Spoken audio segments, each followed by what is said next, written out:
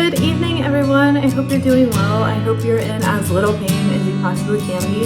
As you noticed, I have taken the last 2 weeks off of vlogging.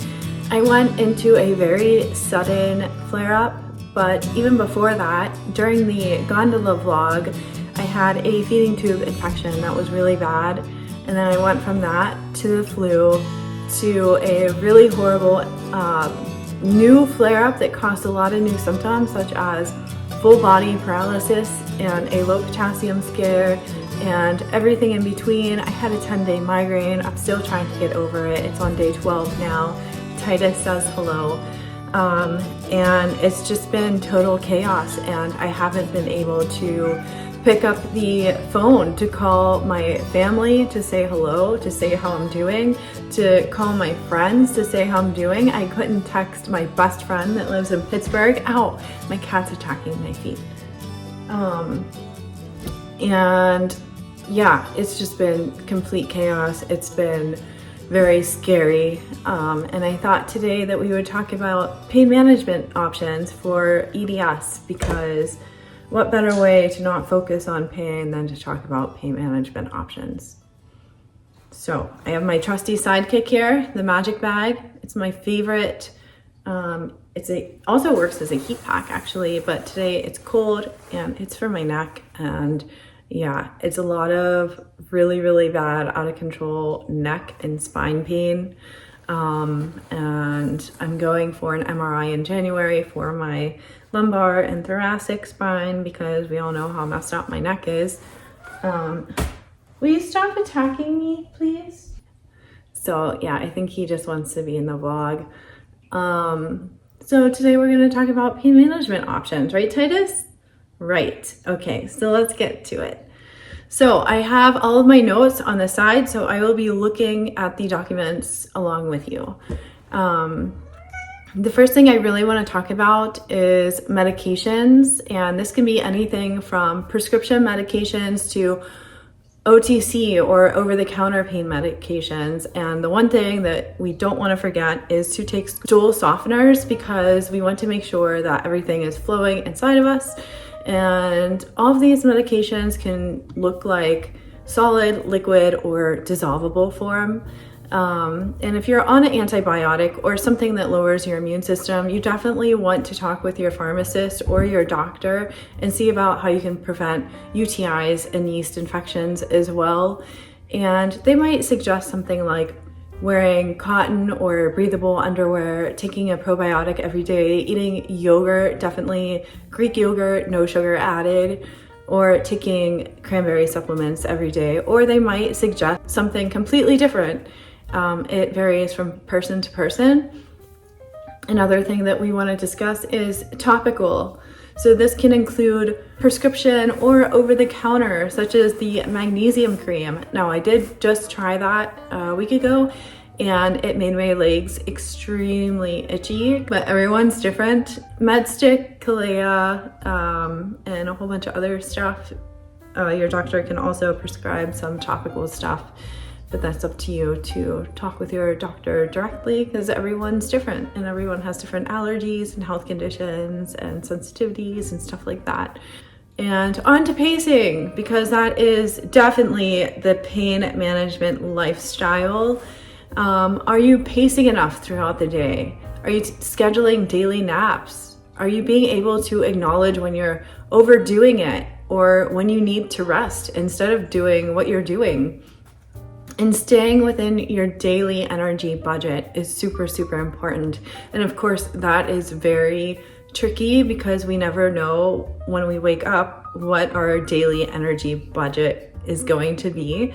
We can go from 0 to 360. So it's just paying attention to your body's signaling. And yeah, sometimes it gets out of control, and that's not our fault. It's just, it is what it is. We just acknowledge it and we take a step forward and we do what we need to do. There's also dieting, and there's so many different types of dieting out there. But it's vital to find the one that works for you and avoid the foods that cause pain and inflammation. Some of the different diets can include the anti-inflammatory diet, the gluten diet, keto, paleo, Atkins, pescatarian, vegetarian, and vegan diets. This also includes taking the multivitamin, vitamins, supplements. Getting enough hydration is super, super important. It's recommended that POTS and postural hypotension people drink 2 to 4 liters of fluid a day, and that seems really crazy for some of us who are nauseous and get bloated very easily. That can be very difficult. I know I get a little over 1 a day, and that's when I'm really like trying. So yeah. Anyway, speaking of which, Organica. Organica is my favorite electrolyte to go to, except for coconut water. I drink the Blue Monkey coconut water, but with the Organica, I have a discount code for you, which I will also link in the description box below, and you will get 28% off of your total cart, which is a pretty good deal. And also my favorite electrolytes from them are the raspberry, the iced tea, and the peach one. They have a new one, it's Peach Paradise, and it's amazing. So give that a go if you're looking to try something new. And I'm just going to switch these out. Okay, one thing we want to talk about is motion. Motion is lotion, especially those with arthritis and EDS. That's right, Titus. Some things can look like the isometric exercises, which you get from your physiotherapist or your mobility specialist. Pilates, walking or using a treadmill, using a stationary bike, or going biking in the park. Tai Chi, joining a gym, seeing a physiotherapist who is skilled and knowledgeable about EDS. And hydrotherapy, swimming. And if you don't swim, just walk in the water, that's still resistance.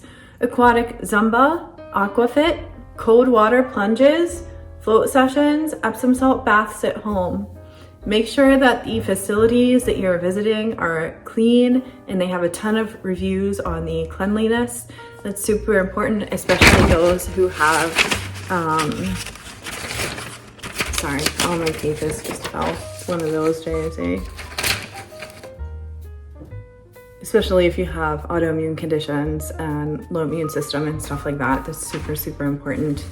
Naturopathic medicine, that can include PRP, prolotherapy, lidocaine injections, IMS needling, is acupuncture, massage therapy, a chiropractor who's skilled and knowledgeable about EDS.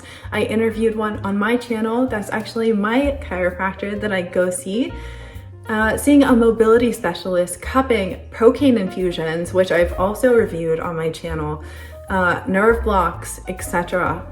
Anything that you can do that's as natural as possible is, in my opinion, the best way to go. I don't like to put a lot of chemicals in my body, and if I can do something naturally, I would rather do that. Another thing that we should really talk about is sleep. And it's going to bed and waking up the same time every day. And I know it might sound stupid, but it does help, and it helps get you in a normal routine. It helps regulate your body's internal clock, thus making your sleep routine more stable, and it helps reduce nighttime awakenings. Your body's internal clock is called the circadian rhythm. Getting enough sleep at night helps reduce the severity of pain. Less sleep can cause tightened and painful muscles. It definitely puts a stressor on your body, and it causes your body to tighten up. It's just, yeah, it's really bad. Sorry, my pain is really bad. I'm gonna use this ice pack for a second because, yeah. I'm kind of just really trying here. I'm just recovering. I just started to see the light like yesterday after a month of pure torture. When I talk about pain, I mean my pain was like a 20 out of 10. It was completely uncontrolled. It was so bad I couldn't put clothes on to go see my pain management doctor. I couldn't get out of bed. Yeah. I took a T3. I'm on T3 every 5 hours because my pain was so uncontrolled. And yesterday I stopped taking the T3 just to see where my pain's at, because I don't like to take, as you know, a lot of prescription stuff.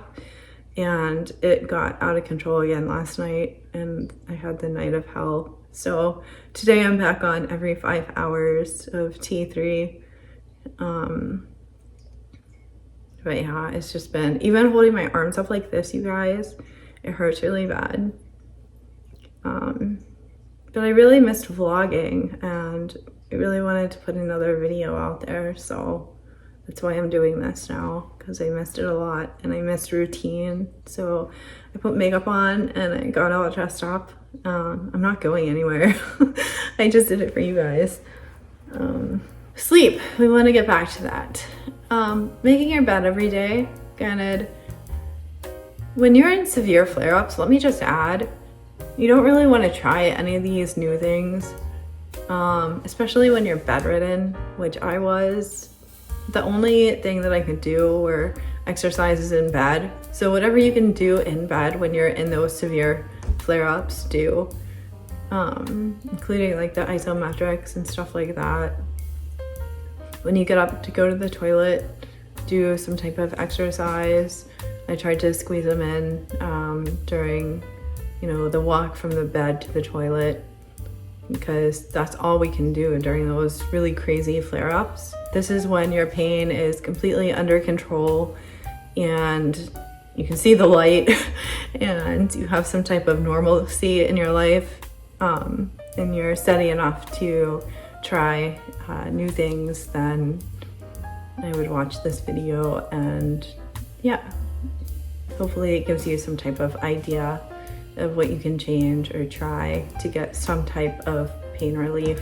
That's my goal. Any type of pain relief that I can give you, I want to spread awareness and education about. Sleeping on your back or side, sleeping can harm your neck and your shoulders. I actually bought one of those cervical pillows on Amazon. And also there's a pillow called the Envy pillow, but it's super expensive, but it's supposed to be like the best one ever. A lot of chiropractors have mentioned it, and also a chronic pain specialist actually created it. So, you know, it was made by people who understand pain, but it's like $300. But I'll put the link for that in the description box below as well. Probably worth it if you can afford it. Positioning your pillows so that they best stabilize your joints. I know a lot of people use the Squishmallows. I'm not yet on that train, but I definitely see where they're coming from. I've been using a ton of pillows, but I could use a Squishmallow for when I'm laying on my side, because my ribs kind of cave in a little bit. I can put one underneath this shoulder here. Anyway, controlling the temperature at night, you want to make sure it's cooler. Many sleep professionals say to think of your bedroom as a cave. It should be cooler, dark, quiet, and the thermostat should be set to 15 to 19 Celsius or 60 to 67 Fahrenheit, and estimated. So check your thermostat before you go to bed. It could help your sleep, which means you have more energy, hopefully, which, you know, if you're normal. A lot of people, that's the other thing, a lot of people who have severe flare-ups or severe pain, just chronic pain in general, sleep is always a struggle. Whether we're in a flare-up or not, sleep's a struggle. And a lot of people, especially with fibromyalgia, get insomnia. And I used to get that all the time. It was so bad. I also have fibromyalgia. I have a lot of stuff that I don't talk about on my channel. I don't know why. I guess I'll get there eventually. But yeah, so sleep is super, super important in reducing pain and keeping a normal routine. We also want to make sure that our mattress is comfortable enough. If you don't want to buy a whole new mattress, mattress toppers are also a good option for relief. If I was rich and famous or I won the lottery, I would buy one of those Tempur-Pedic, I think they're Tempur-Pedic beds, but the adjustable beds that like split down the middle so that my husband can be comfortable and then I can be comfortable and have my own like adjustable head rest. Yeah, anyway. Raising your bed to a 30-degree incline to reduce symptoms of sleep apnea, gastroparesis, GERD, acid reflux, sinus congestion, and headaches, and probably helps with a lot more things. Taking things to help you fall asleep, such as CBD gummies, snacks or drinks, melatonin, chamomile tea, or prescription medications. I personally can't take the melatonin. I get the dystonic reaction from it where I stay awake. It actually gives me energy.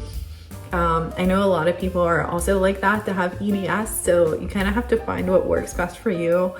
It really sucks sometimes to try new things out, especially when they don't work or they give you the opposite reaction of what you really wanted. So it can be very, very frustrating. So if you're a caregiver or you're a family member or a friend, and you're watching this video for someone that you care about that has EDS or a chronic illness, a lot of times saying, have you tried, is actually more hurtful because we have tried everything, we're living it. It's, you know, and the things that you might suggest may not be things that we can do. So just please keep that in mind.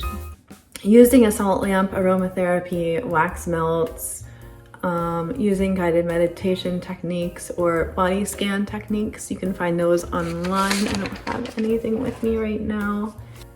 Mental and emotional well-being, increase mindfulness and meditation, staying social, surrounding yourself with kind-hearted and supportive people. Practice gratitude every day. Make it a routine either when you wake up or before you go to bed. Name 3 things that you're grateful for. It can be as specific or as general as you want it to be. Just stay away from sarcasm. That will only hurt you in the long run. And also you can write about your gratitude and mindfulness techniques in your journal, if you journal. Write about something positive that happened that day so that a year from now you can go back and look at all of the positives that came out of your life as well, because sometimes it's really hard to see that when you're in severe pain, especially when you're in 20 out of 10 pain and you're stuck in bed. It's nice to go through the gratitude journal and just look at all the positives that happened as well.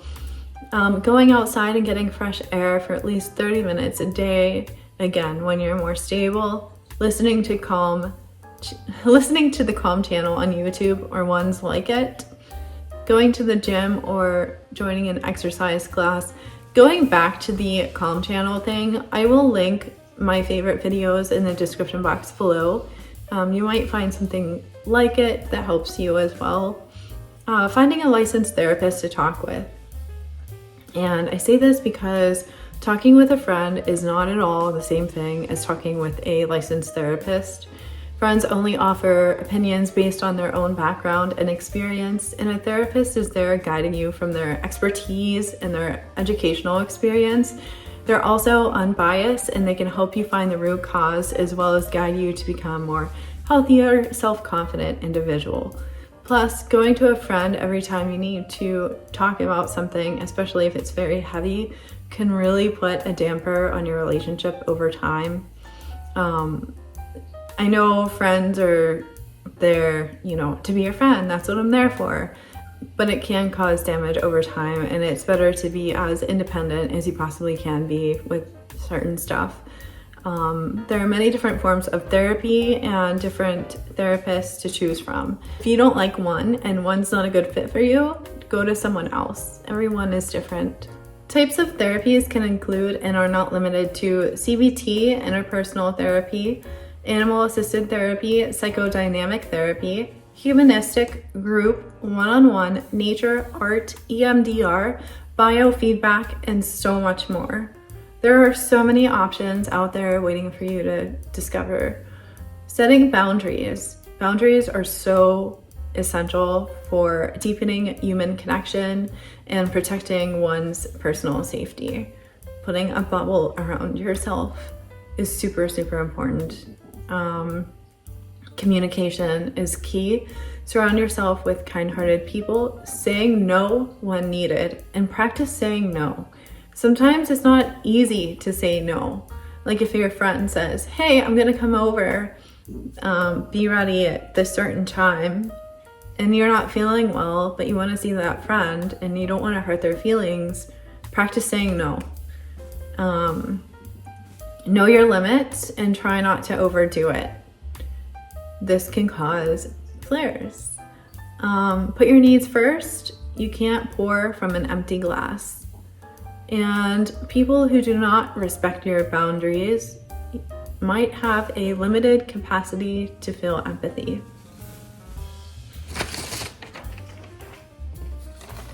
I have notes because there's no way in heck I could have remembered this off the top of my head. This is getting not where I want it to go. Okay.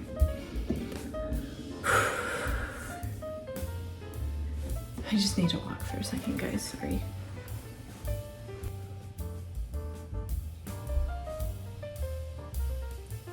I'm fading, so I'm gonna have to wrap this up soon. This is actually, I'm gonna put this in the freezer so that whenever I go and lay down, I can just lay my neck down on this beautiful bag. Okay, next topic. Next topic is hobbies or pain distractions. Hobbies do not require us to show up on time, and one cannot be fired from a hobby. A hobby is something we do for fun, it relaxes us, and it's there when we need it. Some ideas include spending time with family and friends, volunteering for a nonprofit organization or charity, writing music or playing an instrument, drawing or painting, knitting or crocheting, and hey, if you don't know how to do this, maybe now's the time to learn. Scrapbooking, candle or soap making, DIY projects, especially those around the house, jewelry design, hiking or sightseeing, tent camping or car camping, exploring the great outdoors. There's also hammock camping, which I find to be very interesting. Gardening, learning a new language, reading or writing, journaling, photography or videography, blogging or vlogging, movies, TV shows, video games, board games or card games, rock hunting, archery or shooting, cooking or baking, and so much more.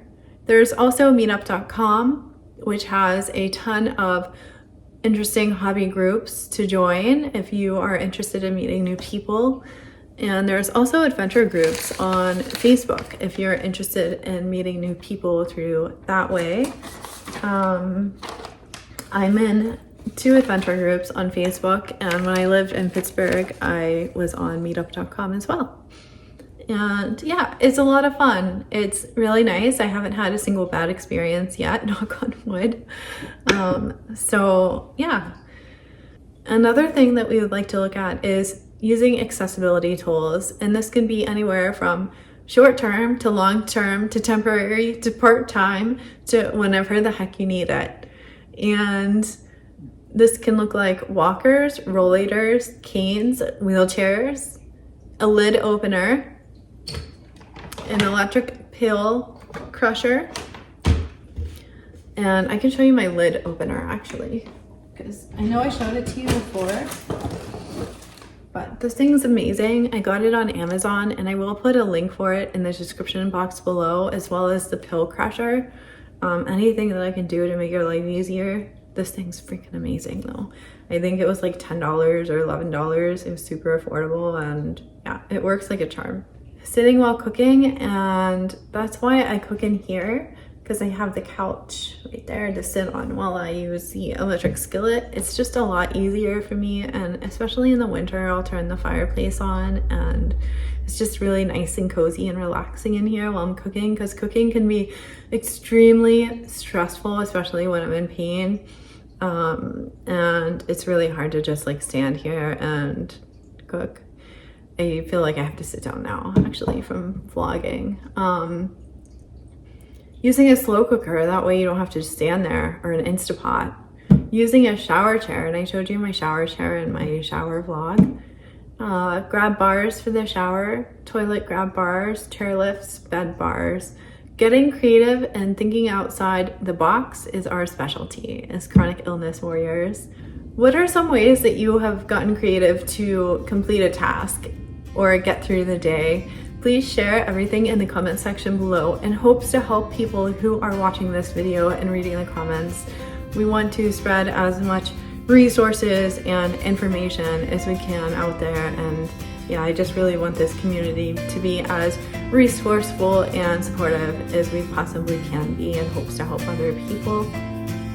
I'm going to do a health update for next week, just because that's a vlog in itself.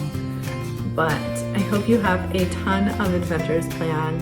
I hope you're in as little pain as you possibly can be, and I hope you always remember that you are indeed incurably awesome. I'll see you next Tuesday at 5 p.m. Mountain Standard Time. Bye for now.